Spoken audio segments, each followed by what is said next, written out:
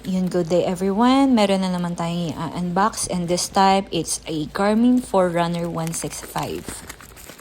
And this is another Shopee purchase and I must say legit naman to.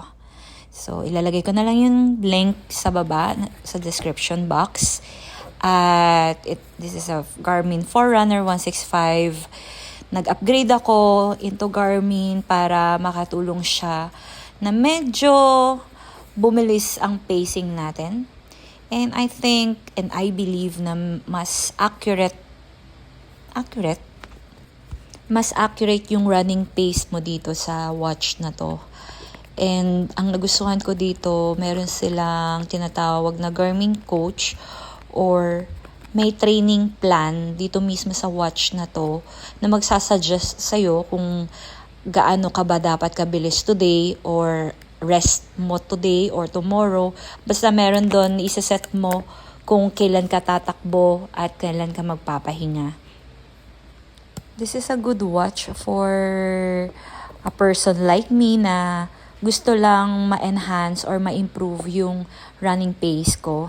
Kasi actually napupush ako sa alam mo yon yung limit ko pagdating sa pagtakbo. And aminin natin, kapag may mga bago sa atin, lalo na sa mga running essentials natin, mas namomotivate tayong tumakbo ng tumakbo. Diba?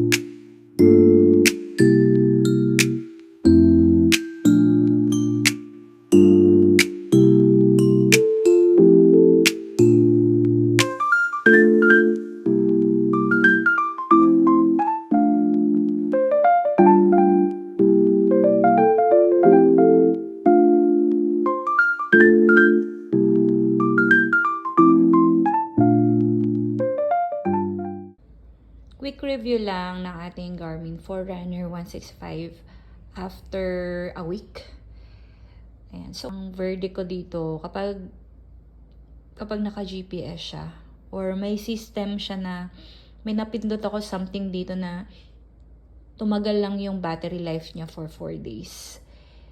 So, ang nagsuggest si Watch na kung gusto mo ma-prolong yung battery life niya, may i-click ka dun sa sa settings niya para medyo tumagal yung lifespan nito na hindi mo siya i-charge.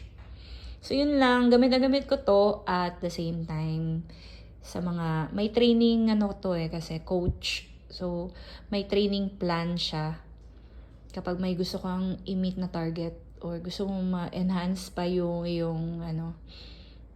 running pace. So yeah, worth it naman bilhin. Actually, hindi naman to yung pinakamaganda pero sulit na siya.